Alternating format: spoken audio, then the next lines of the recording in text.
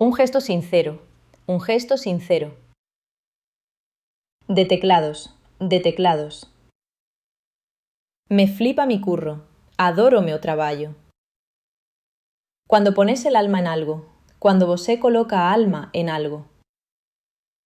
Sempre estou inmerso en. Hoy, hoxe. Te levantas con una sensación, vosé se levanta con una sensación. ¿Cómo andás? ¿Cómo vosé está? Me cayó como un rayo de sol, me atingiu como un rayo de sol. Tengo 30 y pico, teño 30 y pocos. Aunque no me satisficiera del todo, embora no me satisficese completamente, un cumplido genuino, un elogio genuino. ¿No?